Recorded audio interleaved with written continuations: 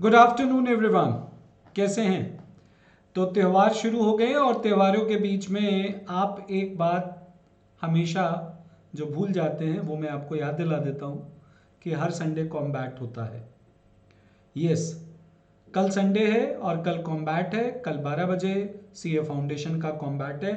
अगर आपने अभी तक एनरोल नहीं करा है तो कृपया करके एनरोल कर लीजिए। कॉम्बैट में एनरोल करना आपकी जिम्मेवारी है और आपका हक है। कॉम्बैट एक फ्री स्कॉलरशिप टेस्ट है। अगर आपको अभी तक नहीं पता है तो हम आपको बता देते हैं कि ये फ्री स्कॉलरशिप टेस्ट है। इसके अंदर अगर आप फर्स्ट, सेकेंड और थर्ड रैंक लेकर आते हैं तो आपको साल भर का सब्सक्रिप्शन प्लस सब्सक्रिप्शन आपको फ्री मिलता है। तो आप ये समझ के चलिए कि अगर आपको करना है तो आपको देर नहीं करनी चाहिए। फ्री है और क्या लोगे यार, फ्री है। बस आपको करना क्या, अनअकैडमी का लर्निंग ऐप डाउनलोड करना है। डाउनलोड करके सीए का गोल चूज करना है, टेस्ट सेक्शन में जाकर के एनरोल कर दीजिए, दैट्स इट। आपको अगर वो कोड पूछते हैं तो ये वाला कोड यूज कर दीजिए, सीए मनीष लाइव, या आप ये कोड यूज कर दीजिए CS मनीष। बस, नहीं तो आपके पास ये QR कोड है, इसको स्कैन करिए और एनरोल हो जाइए। कितनी सारी फैसिलिटी अनअकैडमी आपको देता है। तो ये सारी की सारी फैसिलिटी एक ही प्लेटफॉर्म पर है। All classes are live. अगर आप किसी कारणवश कोई क्लास छोड़ देते हैं तो आप उसका रिकॉर्डेड भी देख सकते हैं। हर संडे हम लोग टेस्ट लेते हैं। एक संडे फाउंडेशन का लेते हैं, एक संडे इंटर का लेते हैं, फिर हम फाइनल का लेते हैं। तो आपको करना क्या है, इसके लिए सिर्फ एनरोल करना है और एनरोल करने के लिए आपको QR कोड भी दे दिया गया है। अगर आपकी रैंक आती है 4 से लेकर के 10 तक तो आपको 75% डिस्काउंट मिलता है सब्सक्रिप्शन पर, और अगर आपकी रैंक आती है 11 से लेकर 50 तक तो आपको 50% स्कॉलरशिप पर डिडक्शन मिलता है। और इसी तरीके से 51 से 100 अगर रैंक आती है तो 25% स्कॉलरशिप पर डिडक्शन मिलता है। तो फिर देर नहीं करनी चाहिए बच्चों। त्यौहार है, त्यौहार में आप घूमो फिरो, मौज मस्ती करो, सब कुछ करो, लेकिन इस बात का ख्याल रखो कि समय पर पढ़ना बहुत ज़रूरी है। बैकलॉग नहीं छोड़ सकते आप। अगर आपने ज़्यादा से ज़्यादा बैकलॉग छोड़ दिया तो आपके लिए मुश्किलें बढ़ जाएंगी। फिर ये जो सीए और आपके बीच की जो दूरी है ना, वो बढ़ती जाएगी। सीए और आपके बीच की दूरी बढ़ती जाएगी क्योंकि आप लगातार बैकलॉग छोड़ रहे हो। आप बैकलॉग मत छोड़ो। आपको हर हालत में अक्टूबर तक अपने सारे के सारे बैकलॉग्स खत्म करने हैं। आपने अगर कोई लेक्चर छोड़ा है तो उस लेक्चर को आप कंप्लीट करेंगे। नवंबर पूरा रिवीजन के लिए रखिए। यस, नवंबर पूरा रिवीजन के लिए रखिए। आप मेरी बातों को मानिए। और इकोनॉमिक्स एक ऐसा सब्जेक्ट है जो आपको इंटर तक पहुंचाएगा। तो आप बिल्कुल भी देर मत करिए। जो बातें मैंने बताई हैं उन पर गौर करिए। और चलिए आज मैं आपको कुछ क्वेश्चंस कराता हूं, और ये क्वेश्चंस बहुत ही अच्छे क्वेश्चंस हैं। आज कंज्यूमर बिहेवियर से रिलेटेड मैं आपको क्वेश्चन करा रहा हूं। पहला क्वेश्चन है, कंज्यूमर नेवर गेट सैटाइट इन। सैटाइट मतलब सैचुरेट। कंज्यूमर सैचुरेट नहीं होता। कब सैचुरेट नहीं होता? अगर आप DMU की बात करें तो जब आपका मार्जिनल यूटिलिटी 0 हो जाता है, ये आपका टोटल यूटिलिटी कर्व है और ये आपका मार्जिनल यूटिलिटी कर्व है। जब MU 0 हो जाता है, TU मैक्सिमम हो जाता है, उसके मुंह से बरबस निकल पड़ता है, बस मेरा पेट भर गया मुझे और नहीं चाहिए, या मेरा मन भर गया मुझे और नहीं चाहिए, तो वो सटाइट हो गया, सैचुरेट हो गया। हम इसको कहते हैं पॉइंट ऑफ सटाइटी। यस, लेकिन इंडिफरेंस कर्व में ऐसा नहीं होता। इंडिफरेंस कर्व में कंज्यूमर जब कॉम्बिनेशन C खरीदता है तो कहता है कि मैं B पर जाऊंगा। जब वो B को अटेन कर लेता है तो कहता है मैं और भी हायर इंडिफरेंस कर्व पर जाऊंगा, मैं कॉम्बिनेशन A को खरीदूंगा। वो सटाइट हो ही नहीं रहा है, वो सैचुरेशन वाला पॉइंट उसका आता ही नहीं है। तो मनी कहता है कि बस मेरे दोस्त तुम इससे बाहर नहीं जा सकते, अपनी बजट लाइन से बाहर नहीं जा सकते, लेकिन वो जाना तो चाहता है ना, वो तो और भी हायर इंडिफरेंस कर्व पर जाना चाहता है। यस, और हायर इंडिफरेंस कर्व पर जाना चाहता है। वो कभी सटाइट होता ही नहीं। उसकी उसकी ये ऑब्जेक्टिव, उसका एम ये रहता है, उसका ऑब्जेक्टिव ये रहता है कि वो उसको हायर और हायर और हायर इंडिफरेंस कर्व पर जाना है। So he never get satiate. In that situation consumer कब सटाइट नहीं होता? इंडिफरेंस कर्व में सटाइट नहीं होता। Got my point? Moving ahead. In case of perfect complementary good, the MRS XY will be. देखो, परफेक्ट कॉम्प्लीमेंट्री गुड का case आपको समझाता हूं, जरा ध्यान से समझना। मेरे पास यहां पर लेफ्ट शू है और यहां पर राइट शू है।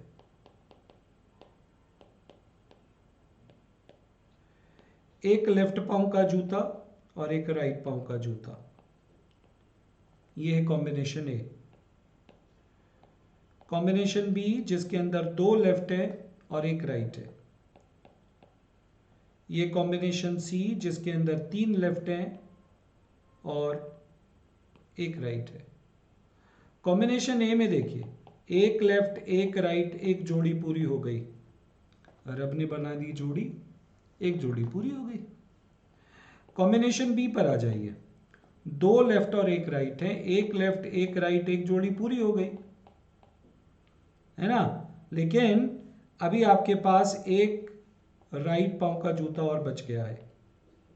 एक राइट पांव का जूता बचा है, आप इसका क्या करेंगे? कुछ भी नहीं, घर के ऊपर टांग दीजिए, नजर नहीं लगेगी आपके सपनों के महल को। गाड़ी के नीचे टांग दीजिए, नजर नहीं लगेगी आपकी सुंदर कार को, है ना। सुंदर तो और भी बहुत सारी चीजें होती हैं, लेकिन सबके ऊपर नहीं टांग सकते जूता, है ना।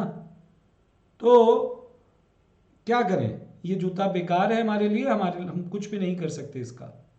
कॉम्बिनेशन बी में भी एक ही जोड़ी पूरी हो रही है। कॉम्बिनेशन सी पर आ जाइए, एक लेफ्ट एक राइट, एक जोड़ी पूरी हो गई, 2 लेफ्ट बच गया, सॉरी 2 राइट बच गया, लेकिन दोनों पाँव में राइट पाँव का जूता पहन लेंगे क्या? नहीं, ऐसा तो पॉसिबल ही नहीं है।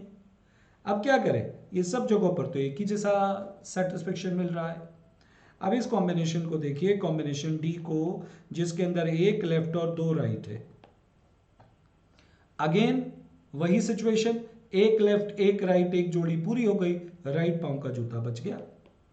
ये आपके लिए बेकार है। यस, ये बेकार है आपके लिए। कॉम्बिनेशन ई को देखिए, एक लेफ्ट एक राइट, अगेन 2 राइट आपके पास बच गया। ये आपके लिए 2 राइट पांव का जूते का क्या करेंगे? 2 राइट पांव के जूते का क्या करेंगे? आपके पास ये जूते, अच्छा यहां पर मैंने गलती कर दी, शायद यहाँ पर मैंने राइट लिख दिया, जबकि यहाँ लेफ्ट पांव का जूता था, है ना। यहाँ देखिए, कॉम्बिनेशन बी में देखिए, 2 लेफ्ट और एक राइट है, तो एक लेफ्ट एक राइट, एक जोड़ी पूरी हो गई, एक लेफ्ट एक्स्ट्रा बच गया, लेकिन ये लेफ्ट बेकार है आपके लिए।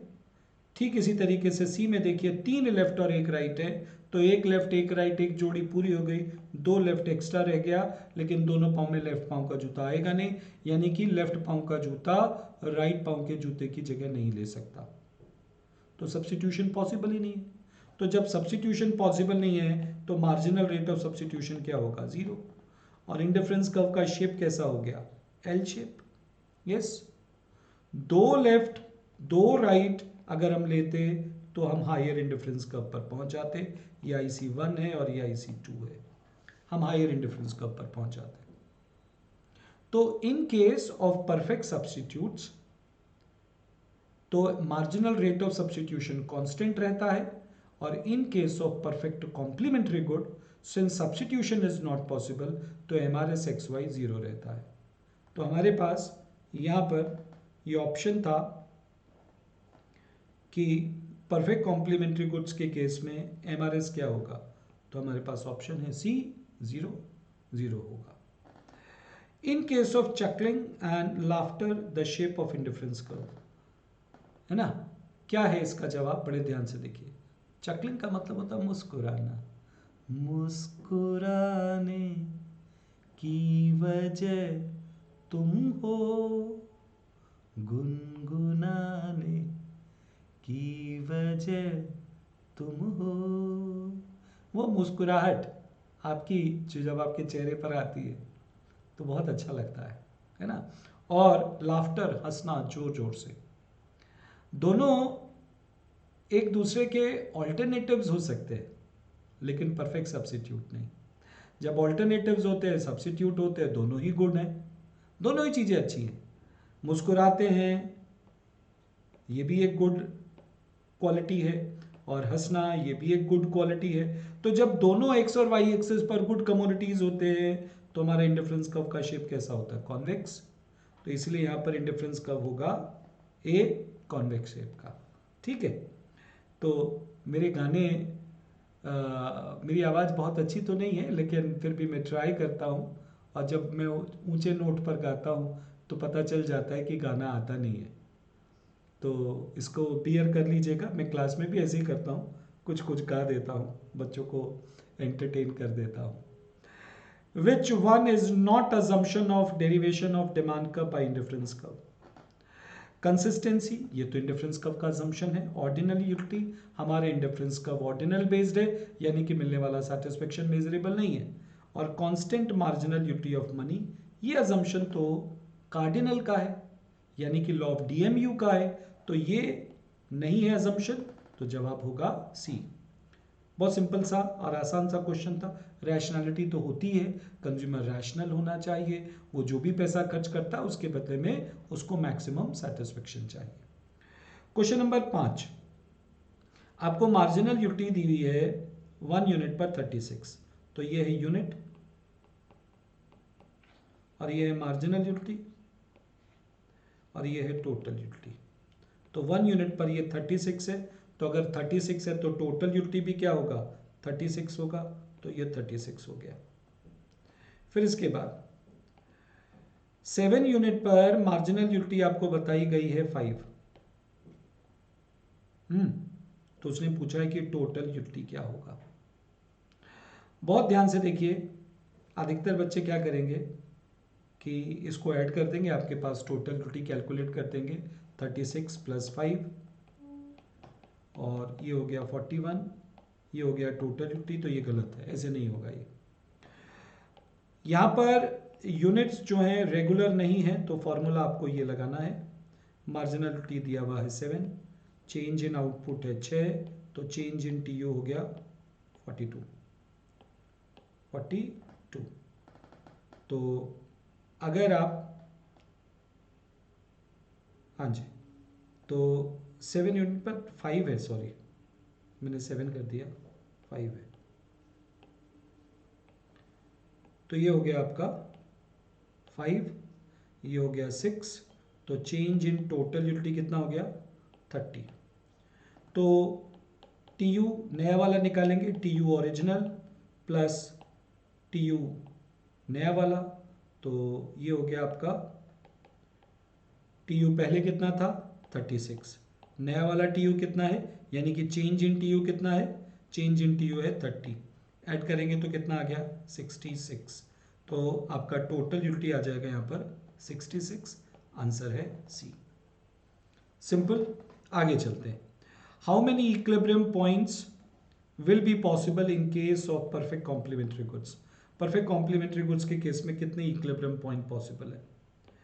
अब बच्चा समझता है कि सर परफेक्ट इक्विलिब्रियम पॉइंट तो कितने भी हो सकते हैं या एक होगा। देखो बहुत ध्यान से समझना, सवाल बहुत ही आसान है।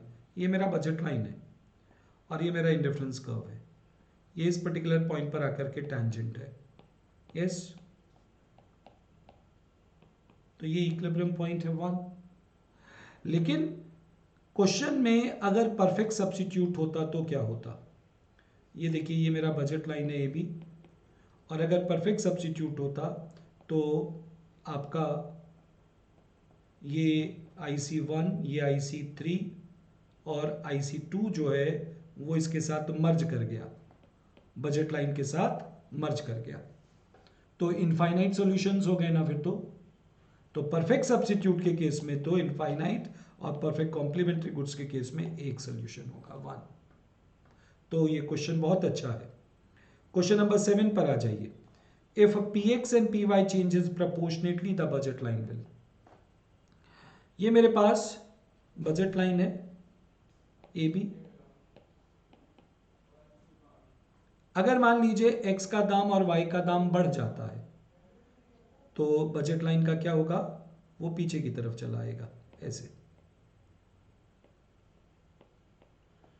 और अगर x और y का दाम गिर जाता है तो बजट लाइन बाहर चला आएगा, इधर की तरफ चला आएगा। आप ज़्यादा x और ज़्यादा y खरीद पाएंगे। बहुत सिंपल सी बात है, करके दिखा देता हूँ। मान लीजिए कि मेरे पास 1000 रुपया है, मेरे पास 1000 रुपया है और x का दाम है 50 रुपया और y का दाम है 100 रुपया। तो मैं x के अभी कितने यूनिट खरीद सकता हूँ, 20, और y के कितने खरीद सकता हूँ, 10। तो ये 20x और 10y है। अब मान लीजिए कि x का दाम जो है गिर गया, 50 का हो गया 25 और y का दाम भी गिरकर हो गया 100 का 50। तो अब आप x के ज़्यादा यूनिट खरीद सकते हो 40, y के भी आप 20 खरीद सकते हो। तो बजट लाइन का क्या होगा, बाहर चला आएगा। इसी तरीके से x और y का दाम अगर बढ़ता है तो बजट लाइन अंदर की तरफ चला आएगा, आप कम x और कम y खरीद पाएंगे। अब सवाल उठता है कि उसने कहा if price of x and y changes proportionately, दोनों सेम प्रपोर्शन में चेंज हो रहे हैं, तो बजट लाइन का क्या होगा। वो कह रहा है चेंजेस, उसने तो बताया ही नहीं कि प्राइस बढ़ा है कि घटा है। अगर प्राइस बढ़ता तो हम कहते हैं पीछे की तरफ जाएगा लेफ्टवर्ड। अगर प्राइस घट जाता, if the price would have decreased then our budget line would have shift to the rightward, तो हम कहते हैं आंसर होता है। लेकिन इसने तो बताया ही नहीं, तो हम क्या कहेंगे, हम कहेंगे जो हमको नहीं पता, वी डोंट नो। तो आंसर क्या हो जाएगा, नन हो जाएगा आंसर, क्योंकि हमें ये नहीं पता कि प्राइस बढ़ रहा है कि प्राइस घट रहा है। सिंपल। क्वेश्चन नंबर 8 पर आ जाइए। Meena is willing to sacrifice 5 units of y for 3 units of x and she can purchase 30 units and 20 unit of y and x respectively out of 3000 rupees. तो मीना बताइए इक्विलिब्रियम पर है कि नहीं है। बहुत ही अच्छा क्वेश्चन है, देखिए हम आपको करके दिखाते हैं। मीना के पास 3000 रुपया है, सॉरी, मीना के पास कितना पैसा है, 3000 रुपया है। और उसने बोला है कि अगर वो सारा पैसा x पर खर्च करे तो x के कितने यूनिट खरीद सकती है, 25, और y के 30। तो वो y के 30 यूनिट खरीद सकती है अगर वो सारा पैसा खर्च करे। तो इसका मतलब ये हुआ कि y का दाम कितना हो गया, y का दाम हो गया 100, प्राइस ऑफ y 100। और अगर हम प्राइस ऑफ x निकालें, सारा पैसा अगर वो x पर खर्चे तो x के 25 यूनिट खरीद सकती है, तो x का दाम हो गया 120। ठीक है। अच्छा, आगे बोला गया है कि वो 5 यूनिट्स y का सेक्रीफाइस करने के लिए तैयार है फॉर 3 यूनिट्स ऑफ x। तो इसका मतलब मार्जिनल रेट ऑफ सब्स्टिट्यूशन हो गया 5/3 और px हो गया आपका 120, py हो गया 100, यानी कि हो गया 6/2, यानी कि 1/3। तो ये हो गया 5/3 और ये 3/1। ये हमारी इक्विलिब्रियम कंडीशन पूरी नहीं हो रही। इक्विलिब्रियम कंडीशन क्या है, MRS XY must be equal to PX upon में PY। तो ये तो आपकी इक्विलिब्रियम कंडीशन पूरी नहीं हो रही, तो इसका मतलब ये इक्विलिब्रियम का पॉइंट नहीं है। Meena is not at equilibrium, B is the answer. Now question number 9 पर आ जाइए। थोड़ा सा इसको रब करूंगा, हमारे पास जगह का अभाव है तो इसको हम रब कर देते हैं। क्वेश्चन नंबर 9 पर आ जाइए। Substitution effect is shown by, substitution effect is shown by what. देखिए ये मेरा बजट लाइन है और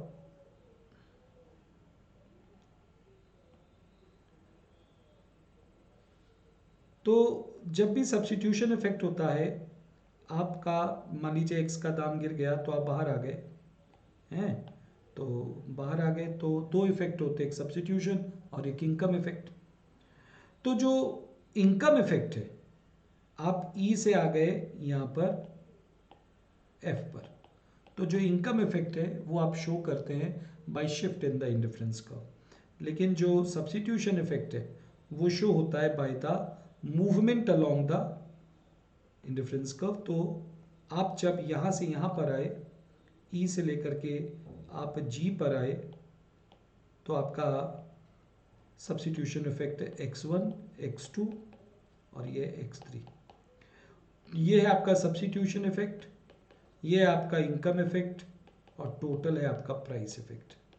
तो substitution effect is shown by movement along the indifference curve and income effect is shown by shift in the indifference curve. So we have the answer rightward shift movement along the indifference curve is the correct answer. ठीक, अब आ जाइए आगे। Income effect is shown by, मैंने अभी आपको बताया, it is shown by shift in the indifference curve. Rightward shift, तो normally rightward shift होता है नॉर्मल गुड्स के केस में, लेफ्टवर्ड शिफ्ट होता है इंफीरियर गुड्स के केस में। तो यहाँ पर ऑप्शन लेफ्टवर्ड भी दिया है, राइटवर्ड भी दिया है, लेकिन उसने इंफीरियर गुड बोला तो नहीं है ना आपको। जब तक बोलेगा नहीं तब तक आप मान के चलेंगे कि we are talking about normal goods. So the answer will be A is the correct answer. ठीक है, तो ऐसे ही क्वेश्चंस हम आपको कॉम्बैट में भी पूछते हैं। हम आपको बहुत अच्छे से तैयार करते हैं आपके एग्जाम्स के लिए। तो अगर आप चाहते हैं अच्छे से तैयार होना, चाहते हैं अच्छे मार्क्स लेकर आना, तो आपको वेट नहीं करना चाहिए, हमारे इस प्रोग्राम के साथ जुड़िए। कॉम्बैट एक फ्री स्कॉलरशिप टेस्ट है, उसके साथ जुड़िए और मजे करिए। धन्यवाद आपका समय देने के लिए। मैं आपको जल्दी ही नेक्स्ट वीडियो के साथ मिलता हूँ। मेरे वीडियोस को आगे शेयर ज़रूर करिए, दोस्तों को बताइए। ठीक है, ये फ्री टेस्ट है, इसी तरीके से ये फ्री वीडियोस है। कहीं ना कहीं आपको मेरी क्लासेस, मेरी वीडियोस का बहुत फ़ायदा होगा। धन्यवाद, बाय बाय, अपना ख्याल रखिए।